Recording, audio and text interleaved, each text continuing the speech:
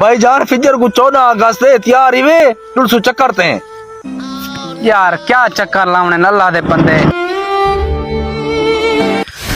बस यार छोड़ो, क्या आजादी शजादी जलीलो खुआ ने कोई जरूरत का नहीं आजादी दी। अगर तुसा वेने हो तो वंजो मैं नहीं जुलता, बस काहे नहीं मैं आजाद। यार दुरुस्त आ जवानी है ना। ओ भाई क्या देख रहे हो तुसा?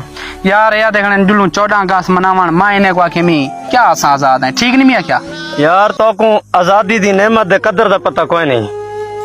ई मुल्क दी खातिर सारे कितने उलमा शहीद थे, कितने सारी अफवाज शहीद थे। ये ई टाइम ही चधारो बार्डर दोते सारी फौज खड़ी है, असा अमन नाल रहने पैसे जुलो सारे जुल के देखो कश्मीर दे विच आजादी दी खातिर तरस दिन चधारो जितने मुसलमान पैन सो सारे कैद थे पैन।